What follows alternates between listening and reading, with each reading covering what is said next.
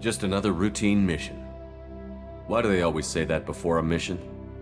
Of course it's routine. You haven't done anything yet.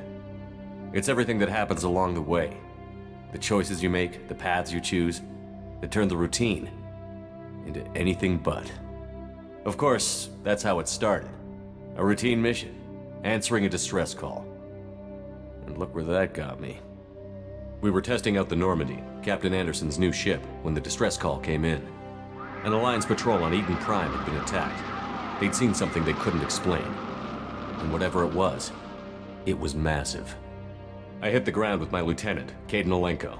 A good kid, loyal, by the book, with a talent for biotics.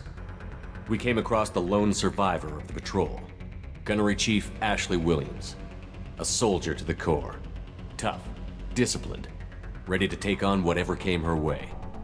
Ashley joined up with us and took us to the spot where she lost her squad.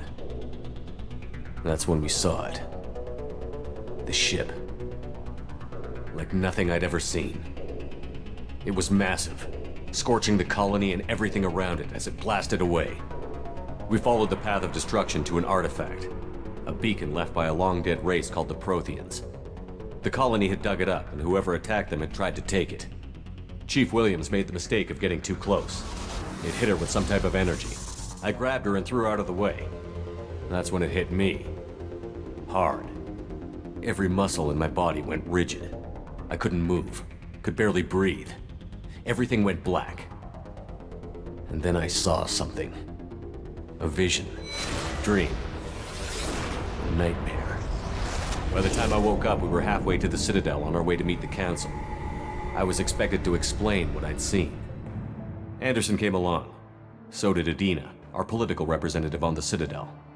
With those two heavyweights, it seemed reasonable we could persuade the Council that the ship we'd seen was a potential threat, as was the individual behind the attacks.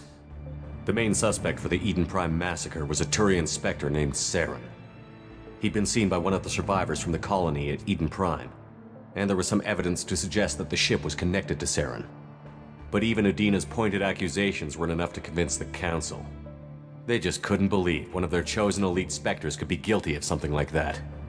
They needed proof, which meant I needed proof. Fortunately, I wasn't alone in my search. Garrus, another Turian, wanted to help. A top agent for Citadel security. Despite orders from his superiors that he shouldn't get involved, he told me he was suspicious of Saren, and he had some useful leads. More importantly, he was willing to share them. That led me to Rex, the biggest and nastiest looking Krogan bounty hunter I'd ever seen. He turned out to be more than just a brute. It was his intel that led to a fugitive with incriminating evidence on Saren. The fugitive turned out to be an energetic little Quarian named Tali. A tech expert with a knack for hacking, she'd procured some information on Saren. Evidence that proved Saren was dirty. Tali's evidence proved that Saren was responsible for the massacre on Eden Prime, and that the immense warship we'd spotted was in fact Saren's flagship. But it went much further.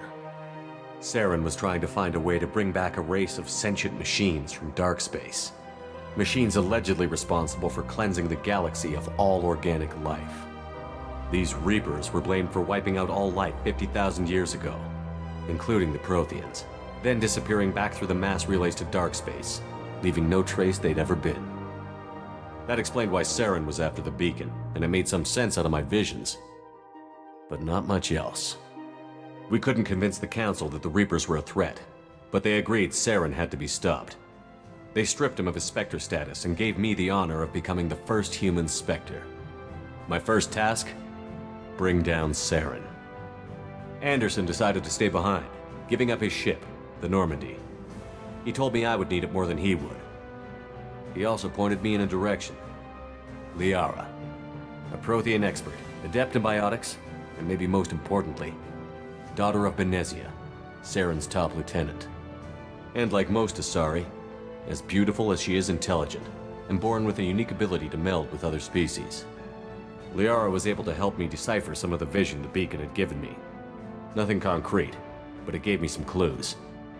And a new appreciation for the Asari. Her technique for accessing my vision was unexpected, but not at all unpleasant. Ashley was a little concerned about the connection I shared with Liara. As commander, I knew either relationship had the potential to interfere with the mission. I told Liara about how I felt. Apparently, she'd felt it too. But we agreed we wouldn't let it get in the way of our mission. Finding Saren. Thanks to Liara's help, we had our next lead. Benezia. Saren had taken her to Novaria, where he'd enslaved a dangerous race of insect-like creatures, the Rachni. He ordered Benezia to use the same technique Liara had used on me to extract information from the Rachni Queen. The Queen's drones were everywhere, and they weren't happy. We had to fight through hundreds of them to get to Benezia. By the time we arrived, Saren was gone. With the information. I tried to reason with Benezia, but Saren had indoctrinated her. He had somehow acquired the ability to control people's actions and wills. Benezia wouldn't surrender, and Liara was forced to watch her mother die in her arms. And I was left with an angry, dangerous Rachni Queen to deal with. She claimed her drones would do no harm if I released her.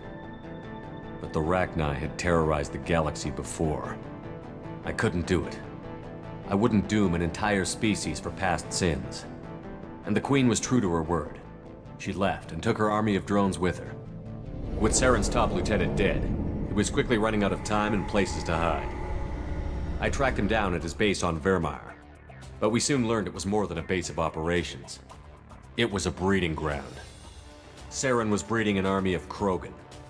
He'd found a cure for the genophage, a disease inflicted on the Krogan to prevent them from breeding and taking over the galaxy. But the Krogan Saren was breeding were slaves, mindless beasts that obeyed Saren's will. I had to destroy the base, and all its research. Rex disagreed. Violently. Rex wanted the genophage cure for his people. I tried to convince him to help me destroy it, that these Krogan weren't real. But he wouldn't back down. Fortunately, Rex is smarter than he looks. He realized this wasn't the way to help his people, and that Saren was the real threat. When we finally got to the center of the base, I realized just how close Saren was to completing his plan. He was already in communication with the Reapers. Sovereign, Saren's flagship we'd all assumed was just a ship, was a Reaper. It spoke to me, threatened me. I could feel the menace it had for every living thing. It wanted me dead. It wanted us all dead. And I knew it was capable of doing just that. What I couldn't understand was why Saren would help it. But there was no time to think about it. Sovereign knew where we were. We had to destroy the base and get the hell out. I split up my team in 2 squads, sending Ash with one and Caden with the other as a distraction. We had a nuke, and we planned to use it. Before we could detonate the bomb, Saren showed up. We fought. I stalled him to make time for my team. And in talking to him, I realized the truth. It wasn't Saren who was indoctrinating everyone. It was Sovereign. The Reaper. And Saren was in deeper than all of them. He tried to convince me he was still in control, said he found a way to reduce the Reaper's influence, but he was kidding himself. Or believing the lies Sovereign was telling him.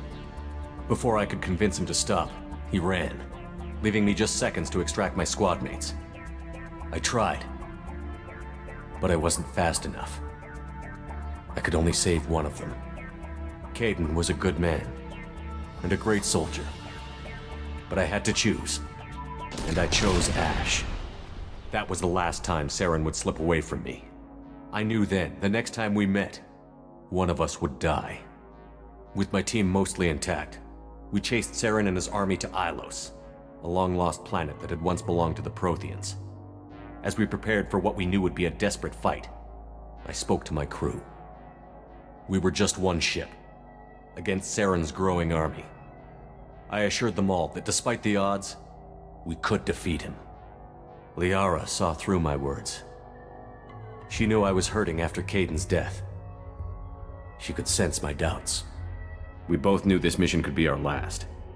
Until that moment, we'd put our feelings aside for the sake of that mission. But why wait? We gave in to each other, and it was perfect. While it lasted. We arrived on Ilos, close behind Saren. Once on the planet, we discovered a Prothean databank that helped me put the final pieces of my vision together. The Reapers had come 50,000 years ago, and every 50,000 years before that. each time purging the galaxy of life. The Protheans had fought and died, like every species before them. But a few survived long enough to leave a parting gift. The Protheans had discovered that the Citadel was the key to controlling the mass relays. By sabotaging the Citadel, they found a way to close the relays to dark space, slowing the Reapers' return, giving us the time we needed to find a solution to stop the Reapers once and for all. Saren knew this. He was leading his army to take control of the Citadel and re-establish the relays to dark space, bringing the waiting Reapers here to destroy us all. We followed him to the Citadel. It was intact, but heavily damaged. He had caught the Council fleets by surprise, and they were only now regrouping. And with Sovereign as his flagship, there was little hope the fleets could counterattack with enough strength to take back the Citadel. But Saren was done running, and I was done chasing him. As the Alliance and Citadel fleets battled Saren's army outside, I cornered the Turian bastard in the Citadel tower and confronted him. He died believing that the Reapers would save him. As I fought to regain control of the Citadel, the Council's flagship, the Destiny Ascension, fell under attack. Despite Saren's death, Sovereign and Saren's army continued to fight. The Council was aboard the Destiny Ascension, and they were requesting assistance. But I knew in order to help them, I would have to put our Human Alliance fleet in jeopardy. The Council had to be saved. They represented the hearts and minds of the galactic community. Without them, the fleets would be in disarray. Even with the Citadel back in my control, Saren defeated, and the Normandy leading the combined galactic fleet, the battle against Sovereign, a single Reaper, was relentless. It took the combined fleets of humanity and the other races, but in the end, Sovereign fell. But the costs were immense. While humanity's efforts in the war earned us our first seat on the Council, it was a hollow victory. The Reapers were still out there. I knew the fight was far from over, but as the one who'd led the fight against Saren, I was given new responsibilities. The choice of humanity's first counselor was left for me to decide. On the one hand, Udina, the lifetime politician. Ruthless and ambitious, he would easily navigate the political landmines that would soon be put in front of him. The other choice, Captain Anderson, the career soldier. Tough but fair, but a friend, and someone I could trust. Both great leaders in their own right. Anderson didn't want the job, which was a sure sign he'd be perfect for it. No ambition to get in the way. The war was over. The threat had passed. In time, the Council would rebuild itself. The Citadel could be repaired. Even the pain of lost friends would fade. But none of that mattered if the Reapers were still out there. And if they were all as powerful as Sovereign, we had to find a way to stop them. I had to find a way. I gathered my crew, took my ship, and went in search of answers. Officially, the Council would only say I was assigned to cleanup duty, rooting out any remnants of Saren's army. Just another routine mission.